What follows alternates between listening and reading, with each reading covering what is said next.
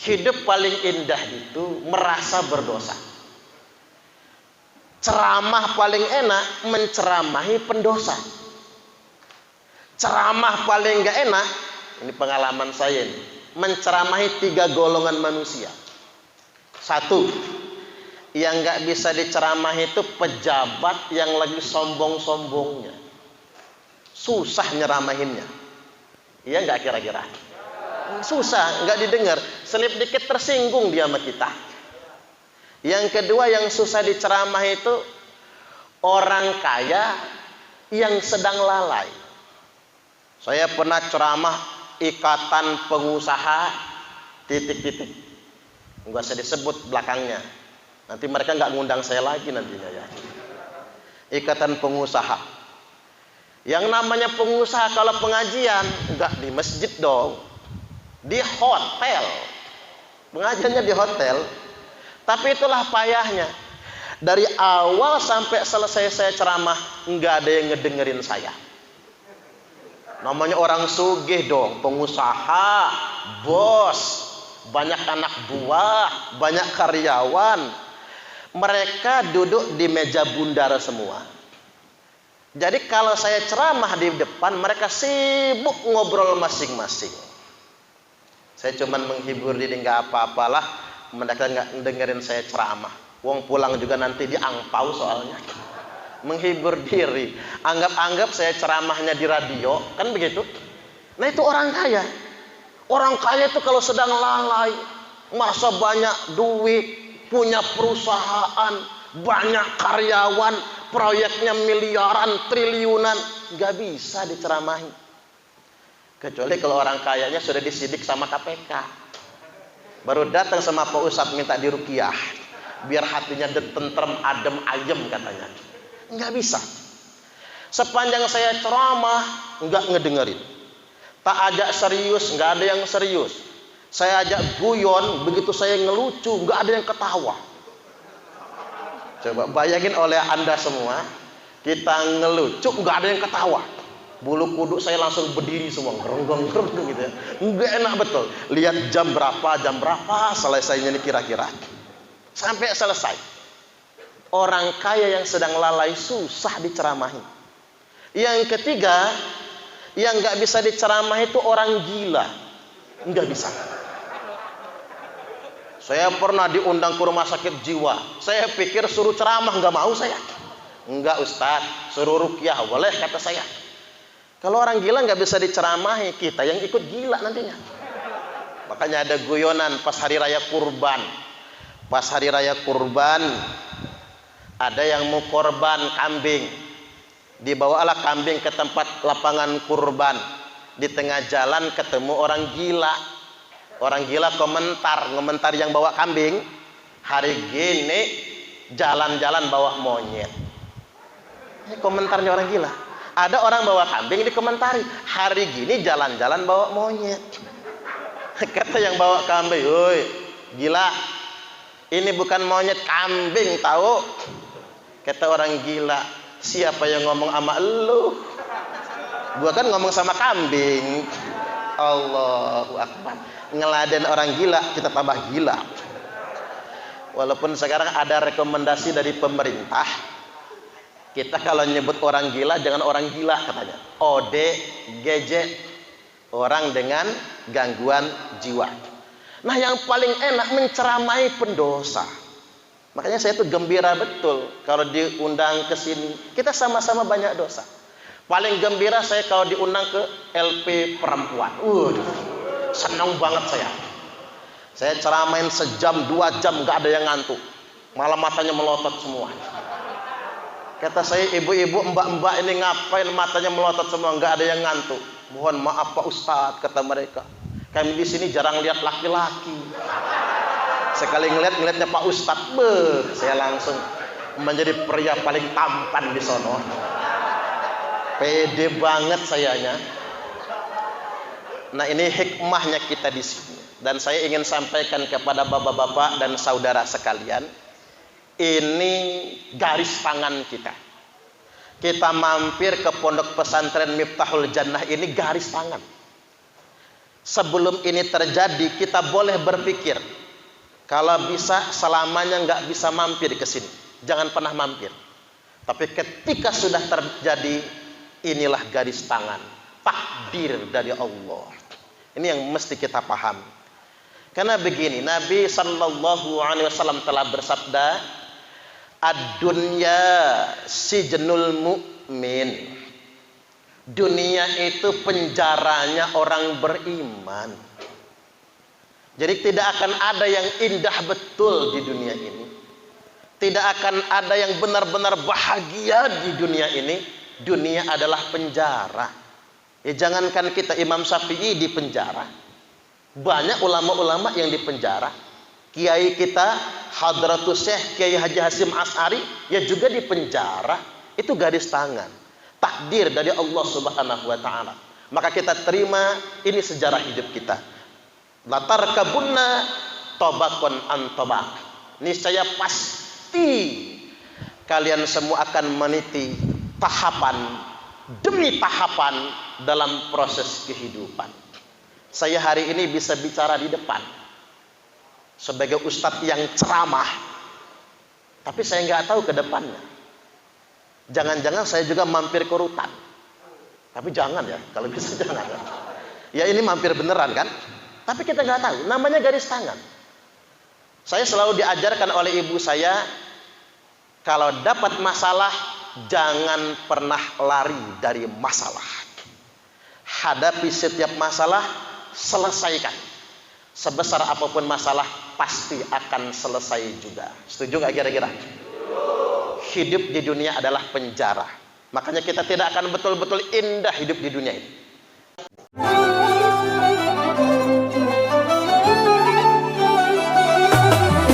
Kemudian yang berikutnya saya perlu ingatkan, hijrah ini adalah proses yang tidak pernah berhenti.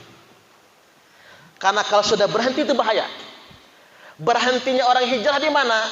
Saat dia ngaku hijrah, lalu dia merasa sok suci. Seakan-akan orang yang beda sama dia kotor semua. Karena ada sih orang hijrah, tiba-tiba penampilannya berubah. Tapi ingat ya, saya nggak menyalahkan penampilannya, nggak. Penampilannya berubah, beda lah sama kemarin-kemarin. Tapi wajahnya sangar. Udah wajahnya sangar, matanya tajam, jidatnya kapalan. Yang tadinya ramah jadi nggak ramah. Bingung membedakan ini manusia apa Israel kira-kira. Nah saya ingin ingatkan buat bapak-bapak, saudara-saudara, teman-teman sekalian, kalau kita sudah punya komitmen untuk hijrah, jangan hijrah yang salah. Ngaku hijrah tapi mengkafir-kafirkan orang. Ada yang salah dengan hijrahnya. Ngaku hijrah tapi membid'ah-bid'ahkan orang. Ada yang salah dengan hijrahnya.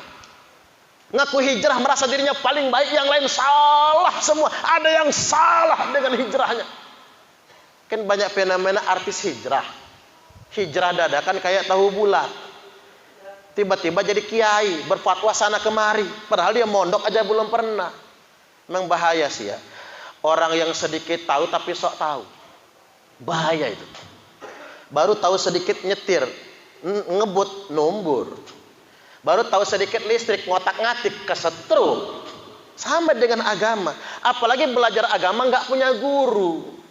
Ketiban kita tanya, lu belajar di mana? Internet. Nanti kalau mati ditanya malaikat, guru kamu siapa? Syekh YouTube al-interneti. Kiainya Kiai Haji Google. Ustadznya Ustadz Facebook LCMA.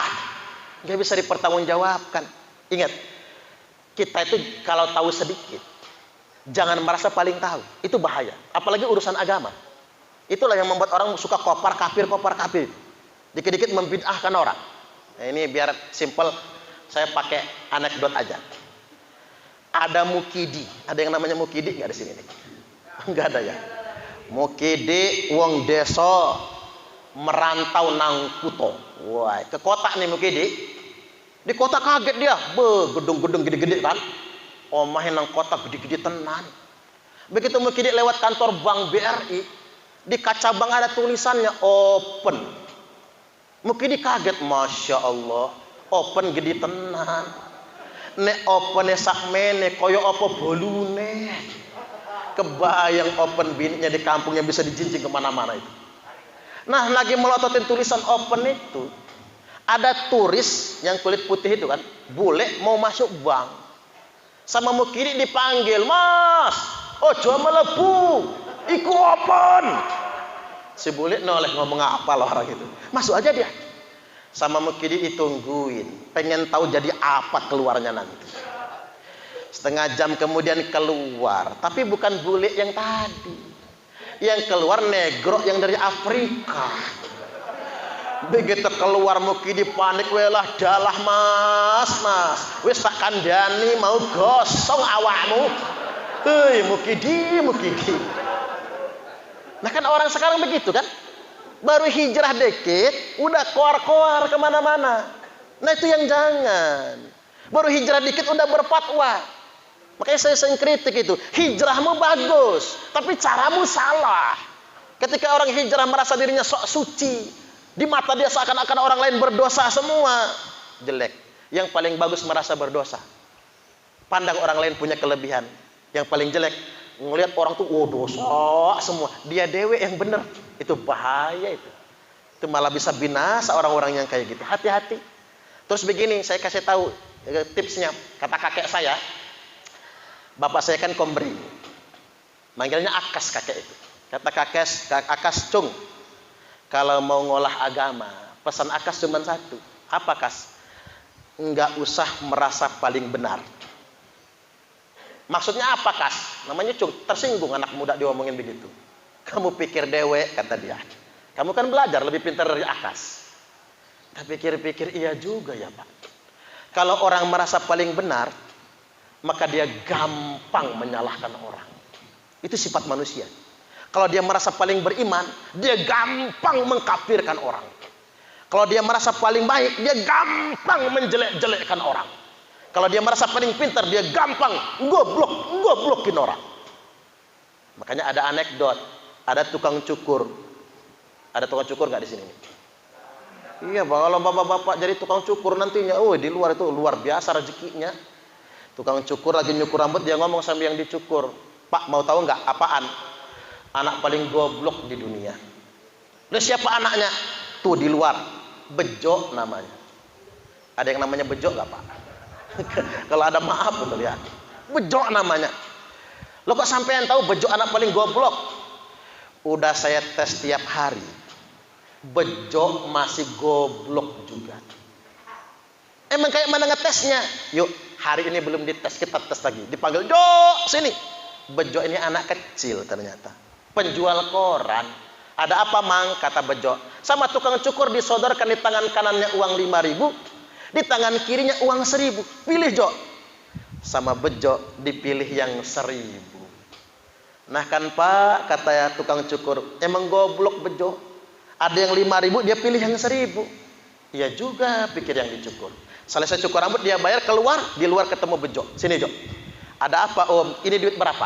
5.000 Om. "Yang ini 1.000. Gede yang mana Jo?" "Ya gedean yang 5.000 lah Om," kata dia. "Masa gedean yang 1.000? Nah itu lo tahu Jo. Ngapa sama mamang tukang cukur tadi kamu pilih yang 1.000 bukan yang 5.000? Ketawa Bejo. "Oh ya Om, kalau itu mah, kalau gua pilih yang 5.000, berhenti mamang tukang cukur itu ngetesin saya. Tapi kalau saya pilih yang 1.000, tiap hari saya dites. Mending saya dapat 1.000, yang penting tiap hari. Daripada 5.000 tapi sekali." Kata yang dicukur, "Oh yang goblok bukan Bejo, yang goblok tukang cukur." Hikmahnya apa Pak? Capek kita teriak-teriak goblokin orang, goblok balik ke sini nih. Kita ngapir-ngapirin orang, kafir balik ke sini. Kita bid'ah-bid'ahkan orang, bid'ah balik ke sini. Makanya beragama ndak boleh merasa paling benar. Dikit lagi ya, karena saya ini ada acara di Polda Pak, mau audiensi FKPT, Forum Koordinasi Pencegahan Terorisme. Karena saya ini kabid agama FKPT Provinsi Lampung. Jadi balik lagi, saya dikit lagi ingin sampaikan. Masuk surga itu Pak, bukan karena amal kita. Jadi jangan kepedean kita. sudah merasa paling hebat, paling soleh. Bahkan bukan karena firqah, bukan karena golongan, bukan karena mazhab dan organisasi, tapi karena rahmat Allah. La yudkhilu ahadam minkum amaluhul jannah. Tak seorang pun di antara kalian semua, kata Nabi, yang akan masuk surga karena amalnya sendiri. Wala anta ya Rasulullah, tidak juga engkau ya Rasul. Wala ana, termasuk saya, kata Nabi. Illa birahmatillahi ta'ala, kecuali hanya karena rahmat Allah. Makanya ada hadisnya begini, inna ahadakum la ya'malu bi'amali ahlil jannah hatta ma yakunu bainahu wa bainaha illa dhira'. Sesungguhnya ada seorang di antara kalian semua, kata Nabi, yang sepanjang hidupnya mengerjakan amalan ahli surga, tidak pernah buat maksiat, hatta ma yakunu bainahu wa bainaha illa dhira', sampai-sampai tidak ada jarak antara dirinya dengan surga kecuali tinggal sehasta, sesiku ini. Tapi sayang, fayasbiku alaihil kitab, sesaat lagi dia mau masuk surga, ketetapan Allah mendahuluinya. Fayamalu bi'amali ahli nar, dia kerjakan amalan ahli neraka. Fayadkhuluha, lalu dia mati masuk neraka. Ini hadis Sahih Bukhari Muslim, Pak. Ada orang yang sepanjang hidupnya nggak pernah maksiat, dan faktanya namanya Abdurrahman bin Muljam, hafal Quran 30 juz. 30 juz. Sholat tahajud tiap malam, menghatamkan Quran paling telat seminggu sekali dalam sholat tahajud. Kita kan kalau hataman Quran baca mushaf kan, dia mah nggak dalam sholat, seminggu sekali tahajud. Saking rajinnya dia tahajud, maaf, sampai kapalan jidatnya. Ya bayangkan kalau sampai 5 juz sekali tahajud, kan lama itu. Hafal Quran 30 juz. Sholat berjamaah tidak pernah tidak di masjid, selalu di masjid. Tapi matinya masuk neraka. Nabi katakan apa? Kilabun nar, kilabun nar, kilabun nar. Anjing-anjing neraka. Anjing-anjing neraka. Dia dikatakan anjing neraka. Kenapa? Saking solehnya dia. Dia merasa dirinya paling suci.